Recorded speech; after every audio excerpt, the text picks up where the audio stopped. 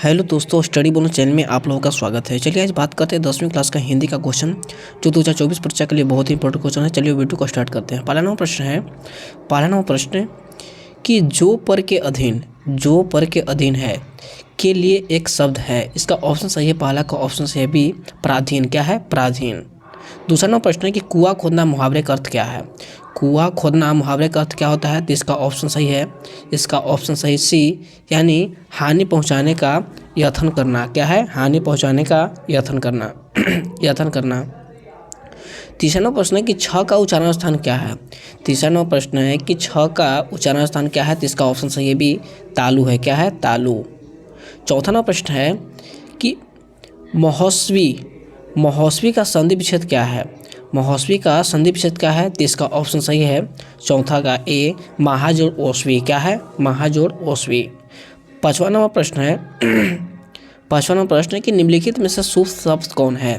निम्नलिखित में से शुद्ध शब्द कौन है। तो इसका ऑप्शन सही है पांचवा का ए, यानी देहिक।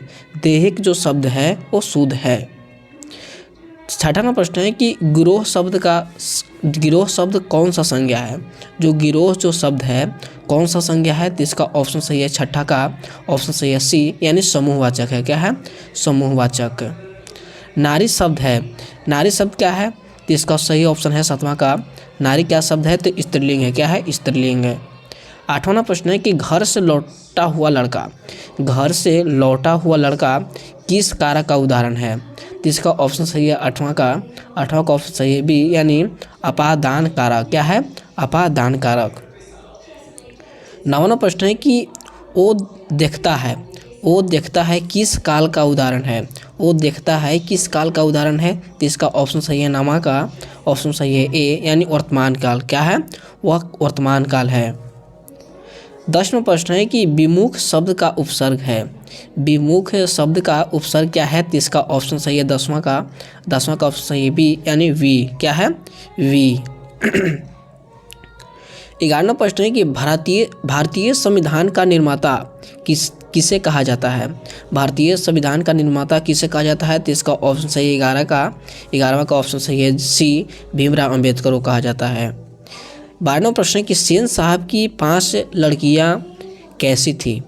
सेन साहब की 5 लड़कियां कैसी थी। तो इसका ऑप्शन सही है 12वां का ऑप्शन है डी, यानी सुशील थी। क्या है? सुशील। 13वां प्रश्न है कि यूनान व रोम के संपूर्ण साहित्य से कहीं अधिक विशाल है। तो इसका ऑप्शन सही है 13वां का ऑप्शन सही है क्या? 13 का ऑप्शन सही है ए, यानी संस्कृत भाषा और साहित्य। क्या है? ए, संस्कृत भाषा और साहित्य। 14वां प्रश्न है कि नाखून का बढ़ना किस परिणाम है। नाखून का बढ़ना किसका परिणाम है। तो इसका ऑप्शन सही है 14वां का ऑप्शन है बी, यानी मनुष्य की अंध सहजता वृत्ति का। क्या है? इसका ऑप्शन 14वां का ऑप्शन सही है बी, यानी मनुष्य की अंध सहजात वृत्ति का। 15वां प्रश्न है कि हिंदी तथा इसकी विविध बोलियों किस लिपि के द्वारा बोली जाती है। तो इसका ऑप्शन सही है 15 का ऑप्शन है सी, देवनागरी। क्या है? देवनागरी। 16वां प्रश्न है कि मित्र मिलन शीर्षक कहानी संग्रह किसकी रचना है। तो इसका ऑप्शन सही है 16वां का ऑप्शन है डी, यानी अमरकांत। क्या है? अमरकांत। 17वां प्रश्न है कि लेखक की पत्नी के रिश्तेदार किस दिन आए थे। लेखक के पत्नी के रिश्तेदार किस दिन आए थे। तो इसका ऑप्शन सही है 17 का ऑप्शन सही है ए, यानी रविवार को। कब आए थे? रविवार को। 18वां प्रश्न कि लेखक रामविलास शर्मा कब से कब तक भारतीय प्रगतिशील लेखक संघ के महामंत्री रहे। 18वां प्रश्न क्या है कि लेखक रामविलास शर्मा कब से कब तक भारतीय प्रगतिशील लेखक संघ के महामंत्री रहे। तो इसका ऑप्शन है 18 नंबर का ऑप्शन है बी, यानी 1949 से 1953 तक रहे। कब रहे? 1949 से 1953 तक। 19वां नंबर प्रश्न है कि द्वंद्वात्मक भौतिकवाद मनुष्य की चेतना को अर्थ संबंधों से प्रभावित मानते हुए उसकी सापेक्ष स्वाधीनता स्वीकार करता है। यह पंक्ति किस पाठ की है? तो इसका ऑप्शन सही है 19वां का सी, यानी परंपरा का मूल्यांकन। क्या है? परंपरा का मूल्यांकन। 20वां प्रश्न है कि नेपाल में बिरजू महाराज के एक रिश्तेदार थे जिनका नाम क्या था? जिनका नाम था, तो इसका ऑप्शन सही है 20वां का सी, यानी क्या नाम था? तो इसका नाम था हरिहर लाल। क्या नाम था? हरिहर लाल। 21वां प्रश्न है कि ईश्वर पेटलिकर कहाँ के लोकप्रिय कथाकार हैं? ईश्वर पेटलिकर कहाँ के लोकप्रिय कथाकार हैं? 21 नंबर प्रश्न है, इसका ऑप्शन सही है 21वां का सी, यानी गुजरात के हैं। कहाँ के हैं? गुजरात के। 22 नंबर प्रश्न है कि धरती कब तक घूमेगी, कैसी कहानी है? धरती कब तक घूमेगी कैसी कहानी है? तो इसका ऑप्शन सही है 22वां का ऑप्शन डी, यानी सामाजिक है। क्या है? धरती कब तक घूमेगी कैसी कहानी है? तो सामाजिक है। 23 नंबर प्रश्न है कि अगले दिन सीता ने क्या किया? अगले दिन सीता ने क्या किया? तो इसका ऑप्शन है 23वां का ए, यानी घर छोड़ दी। क्या कि? घर छोड़ दी। 24वां प्रश्न है कि पंपाती बेहोश क्यों पड़ी थी? पंपाती बेहोश क्यों पड़ी थी? तो इसका ऑप्शन है 24वां का ऑप्शन सी, यानी तेज बुखार के कारण। क्या? पंपाती क्यों बेहोश पड़ी थी? तो तेज बुखार के कारण। 25 नंबर प्रश्न है कि मंगू कब से पागल है? मंगू कब से पागल था? तो इसका ऑप्शन है 25वां का ऑप्शन है डी, यानी जन्म से ही मंगू पागल है। 26वां प्रश्न है कि पागलों के अस्पताल में उपद्रवी मरीज को कैसे रखा जाता है? तो इसका ऑप्शन सही है 26वां का ऑप्शन सही है सी, यानी कमरे में बंद कर। कैसे रखा जाता है पागलों को? कमरे में बंद कर।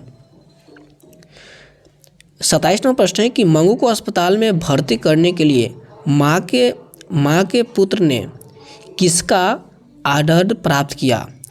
27वां प्रश्न है कि मंगू को अस्पताल में भर्ती करने के लिए माँ के पुत्र ने किसका आर्डर प्राप्त किया था? तो इसका ऑप्शन सही है 27वां का ऑप्शन सही है ए, यानी डॉक्टर से। किससे? डॉक्टर से। 28वां प्रश्न है कि लक्ष्मी अपनी दोनों लड़कियों और छोटे बेटों को सुलाकर कहाँ गई थी? तो इसका ऑप्शन सही है 28वां का ऑप्शन सही है 28 नंबर का ऑप्शन सही है बी, यानी गुहाल में। कहाँ गए थे? गुहाल में। 29 नंबर प्रश्न है कि अरे अपनी अमीरी दिखाने के लिए रसमलाई भेजी है क्या? यह किससे कहा? तो इसका ऑप्शन सही है 29वां का ऑप्शन सही है ए, यानी नारायण की पत्नी भौरी ने किया है। किसने? नारायण की पत्नी भौरी। 30 नंबर प्रश्न है कि बल्ली अमाल से कहाँ के डॉक्टर ने पंपाती को लेकर मंदूरे जाने का कहा था? तो इसका ऑप्शन सही है 30वां का ऑप्शन ए, 30वां का ऑप्शन सही है बी, गांव के। कहाँ? गांव के। 31 नंबर प्रश्न है कि 31 नंबर प्रश्न है कि सचिंदानंद हीरानंद वात्स्याय अग्नेय का पिता का क्या नाम था? तो इसका ऑप्शन सही है 31वां का ऑप्शन सही है बी, यानी डॉक्टर हीरानंद शास्त्री। क्या नाम था? डॉक्टर हीरानंद शास्त्री। 32 नंबर प्रश्न है कि धूप बरसी पर अंतरिक्ष से नहीं फटी। 32 नंबर प्रश्न है कि धूप बरसी पर अंतरिक्ष से नहीं फटी। इसका सही ऑप्शन है 32वां का सही ऑप्शन। 32 नंबर प्रश्न का सही ऑप्शन है सी, यानी मिट्टी से। क्या है? मिट्टी। 33 नंबर प्रश्न है कि चक्रव्यूह किनरी रचना है? चक्रव्यूह किनरी रचना है, किनकी रचना है? तो इसका ऑप्शन सही है 33वां का ऑप्शन सही है। 33 नंबर का सही ऑप्शन है डी, यानी कुंवर नारायण की। किसकी है? कुंवर नारायण। 34 नंबर प्रश्न है कवियत्री अनामिका का पिता का क्या नाम था? जो कवियत्री अनामिका का पिता क्या नाम था? तो इसका 34 का सही ऑप्शन है सी, यानी श्यामानंद किशोर नाम था। क्या नाम था? कवियत्री अनामिका का पिता क्या नाम था? तो श्यामानंद किशोर नाम था। 35 नंबर प्रश्न है कि घड़े सा लुढ़कता हुआ उसका घ किस पर आकार थमक जाता है? इसका सही ऑप्शन है 35 नंबर का सही ऑप्शन है बी, इसका सही ऑप्शन है बी ग पर। किस पे? ग पर जाता है। 36वां प्रश्न है कि लौटकर आऊँगा फिर शीर्षक कविता की रचना है। लौटकर फिर आऊँगा शीर्षक कविता की किसकी रचना है? इसका सही ऑप्शन 36 का ए यानी जीवनानंद दास। किनकी है? जीवनानंद दास की। 37वां प्रश्न है कि रेनर मारिए रिस्के काव्य शैली है। रेनर मारिए रिस्के काव्य शैली है। इसका सही ऑप्शन है 37 का सही ऑप्शन है बी यानी गीतात्मक। क्या है? गीतात्मक।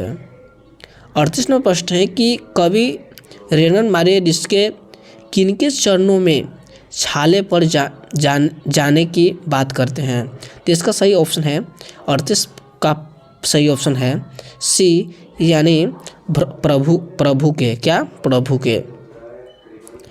39वां प्रश्न है कि मेरे बिना तुम प्रभु शीर्षक कविता किस हिंदी कवि द्वारा भाषांतरित किया गया है? तो इसका ऑप्शन सही है 39 का ऑप्शन सही है डी धर्मवीर भारती द्वारा। किसके द्वारा? धर्मवीर भारती द्वारा।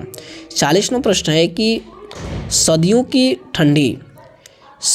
की ठंडी बुझी राख सुगबुढ़ा हुई मिट्टी सोने का ताजमहल इठलाती किस कविता के पंक्ति है? तो इसका सही ऑप्शन है 40वां ऑप्शन। 40 का सही ऑप्शन है ए यानी जन्म तंत्र और जन्म। जन्म तंत्र का जन्म। और 40 नंबर प्रश्न से अपनी वाणी को विराम देते हैं और स्टडी पनो चैनल को सब्सक्राइब करें, बेल आइकन को प्रेस करें और ज़्यादा से ज़्यादा शेयर करें। मिलते हैं नेक्स्ट वीडियो में। जय हिंद, जय भारत।